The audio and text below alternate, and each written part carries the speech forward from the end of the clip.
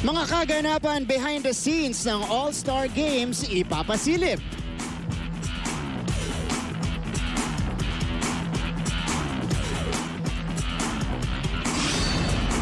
Opinyon ni Mikee Reyes sa Pro Basketball Rookies. Alamin!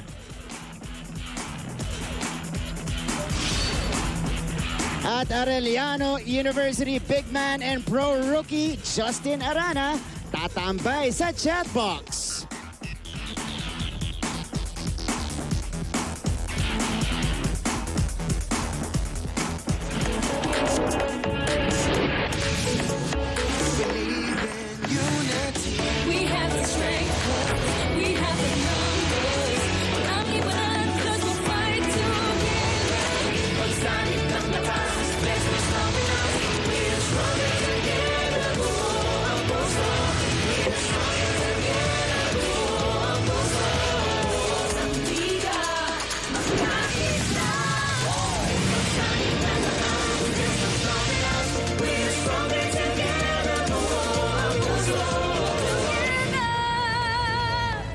Muli magandang hapon po sa inyong lahat mga kapuso. You guys are still watching your favorite sports and entertainment show. This is Game On and my name is Martin Javier. Right after Game 1 kanina kung saan po nilampaso ng Arellano Lady Chiefs ang Mapua Lady Cardinals via a 3-setter to open things up here in our competition in day 1 of your NCAA Season 97 Women's Volleyball Tournament. Now we will have Game On before we go to game number 2 later kung saan naman syempre maghaharap ang CSB Blazers or Lady Blazers kontra sa San Beda Lady Red Spikers. Now, before we go there, we are live, by the way, here inside the Paco Arena Events and Sports Center kung saan nga nagaganap itong ating volleyball competition dito po sa lungsod ng Maynila. And before we resume to our volleyball action, kani-kanina po pinakita namin sa inyo ilan sa mga nangyari, yung mga highlights natin, some basketball highlights coming from our GMA-NCAA All-Star Games. Nakuha nga ni Enoch Valdez ang All-Star Game MVP, Celebrity MVP si Chef Jose Sarasola. Kung kanina po highlights yung nakita nyo, ngayon naman po ipapakita natin yung mga kulitan behind the scenes. Ano nga ba yung nangyari habang nangyayari yung mismong game natin dyan sa GMA-NCAA All-Star Games. Ito po, panoorin nyo. Kung meron kang cheer para sa heroes, kung gagawa ka ng cheer ngayon, anong cheer yung sasabihin mo sa kanila? Sa heroes. Together. Heroes together. Go, heroes, go, heroes. Go heroes! Go heroes! Kung meron kang message para sa isa sa mga heroes natin, ano ba ang message ang mabibigay mo? You're my MVP. Let's go heroes! Let's go heroes! Honestly, this is such a good game kasi grabe yung score as in palaging tie. Everyone is parang they're both catching up to each other. Meron akong dare sa'yo. Pag na-shoot mo yung bola from the 3-point line, pipitikin mo ako sa kamay. Pero pag hindi mo na-shoot, pipitikin kita sa kamay. Okay lang ba yan? Ayan, 4-3. Oh! Okay, with the taste of your lips. My money don't jiggle. Pipitikin kita sa kamay. Pag na-shoot mo, ako yung pipitikin mo. David Licacco for 3. Titek, alright. Bubuka ang bulaklak, sasayaw ang reyna. Basketball player, artista, ano pa yung talent mong gusto ipakita sa mga kapuso natin? Ano pa ba? Siguro yung dancing. Nandiyan pa. Wow, TikTok nga, sample! Galing! Gusto naming tanongin, may iba ka pa ba dyang talent na hindi mo pa napapakita sa amin? Baby, baby, you're my sun and moon. May pick-up line ka ba dyan? Keyboard ba kayo? Type ko kasi kayo eh. Papi naman namin type ko din! Ay! Daddy mo ba terrorist? Bakit? Miss you na ba? May mga talent ka ba dyang pang kapuso artist? Siyempre, wala. Ako may pick-up line ako sa number 1 fan ko, sa girlfriend ko. Ayun, camera ka ba? Kasi pag tinitignan kita, lagi ako nakangiti eh. Are you a video game? Bakit? Because I hope you're not Tekken. MVP ka na. Anong pakiramdam? Siyempre, swerte lang din na yung mga shots ko pumasok. Pero, ending naman, win, lose, MVP or no MVP, I think it's a big success for the whole Synergy and GMA Network na nakagawa tayo ng event like this.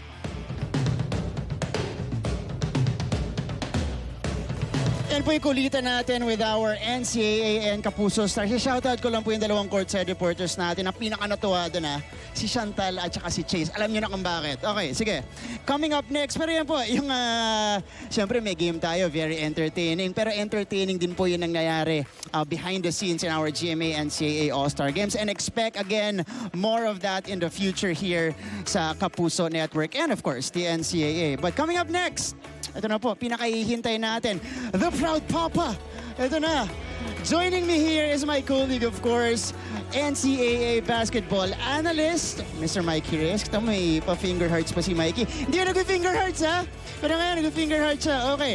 Siyempre, we'll hear his thoughts mula dun sa mga rookies natin or mga graduate dito sa NCAA. Ngayon, rookies na sa professional league. Maya-maya po lamang sa ating pagbabalik dito sa Game On!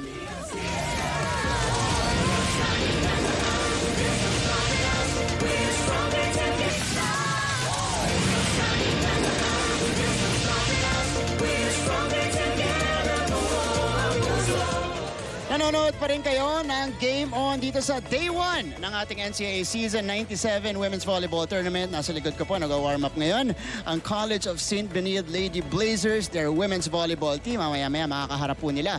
Siyempre ang San Beda University Lady Red Spikers. But again, before we go there, pag-uusapan muna po natin ang mga naging performance ng mga rookies now in the professional league na graduate dito sa NCAA, fresh grad sa NCAA. Kasama ko ngayon, introduce natin. I told you guys earlier that he is one proud papa kasi yan po talaga yung nararamdaman niya. We have here Mr. Shoot First, Mikee Reyes. Welcome back here, Mikes. Brother, ang saya nandito. Babalik tayo sa NCAA. Ang saya kasi parang 2-3 weeks ako nawala sa NCAA. Since nung nag-champion yung Letran. So I'm happy to be here again. I see the joy in your face, Mikee, and I'm sure you're proud of the performances ng mga... Ako, inaantabayanan ko rin because we had a lot of players who graduated from the NCAA and went high in the draft. Yes, so there were a lot of expectations from them. What are your thoughts? Well, you know what? Talking about Gio Ambot, unang-unan lang Letran Knights. During Game 1 of the finals, when they were up against Mapua, during the game, he was drafted to the pros. So, nalaman na lang niya after nung buti nanalo sila noon. So talagang double reward siya nung araw na yon. But exactly 14 days after winning the chip, after being awarded NCAA Finals MVP. Okay, sorry to cut you. Go. Hindi ako naniniwalang after the game nalaman ni Gio. Malamang sa bench. Malamang bulong na sa kanya. Uy, tinraft ka. Siya yung go-ahead basket. Siya yung nagpanalo eh. Saka third pick siya, pare. Third pick. So, talking about Gio Ambohot, man. 14 days after being awarded the Finals MVP and winning back-to-back chips for Letran, kalaban na kagad niya si analyst Papa Bo Belga tsaka si Reynam Batak na former Letran Knight din. And then a few days after, kalaban naman niya si Ian Sanggalang na MVP din dito sa NCAA. At ang kagandahan doon, can you imagine? May Justin Arana ka na, may Gio Ambohot ka pa in one team. Grabe yun, matindi doon, sumama pa sila sa team na nandun si Benedict Adamos. Ito ngayon napansin ko, Mikes. Nung pinitingnan ko yung lineup nila, naging 4 na yung yung Adamos. Yung Adamos at saka yung Ambohot, naging 4 na kasi ang laki talaga ni Justin eh. Pero makakapal lang mga mukha ng mga taga-NCAA talagang walang hiya-hiya. They entered the pros, they dominated, they got a big win yesterday. So those 3 guys, especially yung of course, Gio Ambohot nga at saka si Justin Arana, na mythical team natin nitong season 97. Ang ganda ng mga nilaro so far para sa kanilang teams. Okay, maganda yung naging debut nila. Now let's go to the rest of the league because we saw not just the rookies. Siyempre, natin hindi pa sa tapos, professional. brother. Oh, hindi pala. Sige, Yung continue. Mr. Boy clear out natin. Ay, ano pala? Si Boy clear out. Ito yung naabang ako mag-debut eh. 5th pick. Boy clear out, 5th pick. Napunta sa team na siya yung kiniklear out. Kasi si Robert Bolick, na former King Lion, kiniklear out siya. So, you know, our leading scorer, ito makikita natin. At kitang-kita dito, he really worked on his outside game. Yeah. He knew that he would be undersized entering the pros. And now he is also playing for the general manager or the team manager na coach ng Letran na si Coach Bonitan. So talaga nagsama-sama sila doon. Alam mo, yung JM Calma po pinag-uusapan natin. Mythical 5 member yan. Alongside ang Bohot, Arana, lahat po yan Mythical 5. Yung tinitignan ko yung lineup ng team ni JM, sabi ko, paano kaya siya makakahawak ng bola na Hindi siya ito? makakahawak ng bola doon. Hindi siya makakahawak ng bola doon. Sabi ko nga, nung nakita ko siya, actually, nandun ako sa draft eh. So right away, I talked to Coach Pido, Coach Jeff Napa, Boss Eric Arreola, and of course, si Coach Bonnie, wala na, nasa finals nga. Sinabi ko na sa kanya, nandun siya. Sabi ko, oy, galingan mo mag-screen ha. Screen ka lang tapos sumafety ka na kasi hindi ka papasahan ni Berto. Pero maganda rin yung nilaro ni JM Calma ng isang araw for his team. In fairness naman. Oo. In fairness And naman. lastly, Allen Mina as well. Ooh. Na-draft na rin si Allen Mina again, winning back-to-back chips with Letran. And the fun part, kay Allen Mina, parang may mini reunion sila ng mga Letranista doon. Sino yan? Kasi he joins JP Calvo and Christian Balagasay. So parang nagsama-sama din sila doon. Kaya lang natalo sila ng first game nila. Dahil kay Kevin Alas eh. So yung nakakatandang Letranista, tinalo muna yung tatlo. Sabi niya, tabi muna kayo mga bata, liga ko pa to eh. Ang galing na sila rin. Nakita-kita sila doon talaga. Nakita-kita. But okay, to add to your thoughts with Allen Mina, Mike, I feel like he's gonna be a good role player in the professional ranks. Mainly because that was the role he was fulfilling for the Letran Knights. A 3-and-D guy, pagpasok niya doon, uy, eto, marami tong open looks. That's very true. I mean, he's one of the more underrated wing guys that we have in the NCAA, at least this past season.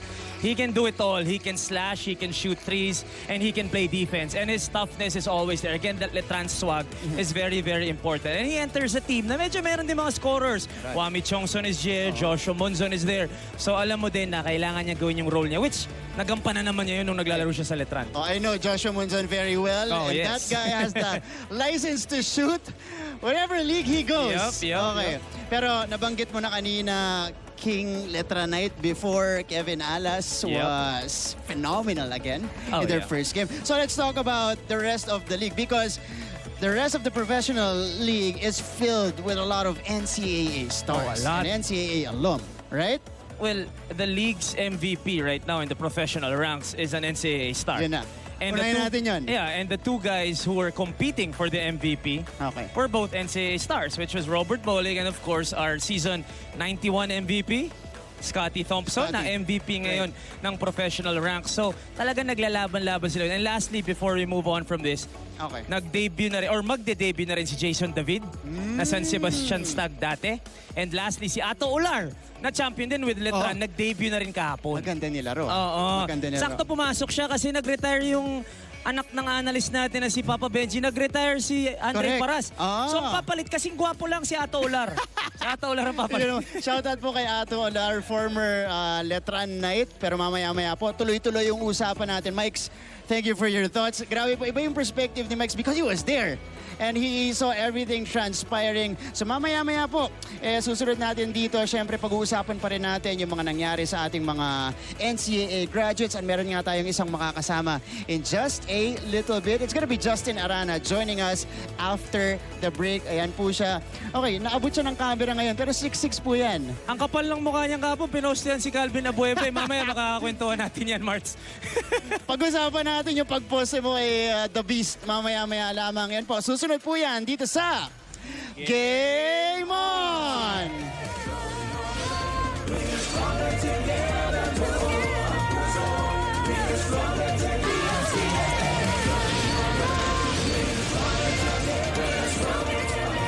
Nagbabalik tayo dito sa Game On. Live na live pa rin po sa Paco Arena in Manila, kung saan nga po nagaganap ang Day 1 ng ating #NCAA Season 97 Women's Volleyball Tournament. Binanggit natin kanina before we went to the break.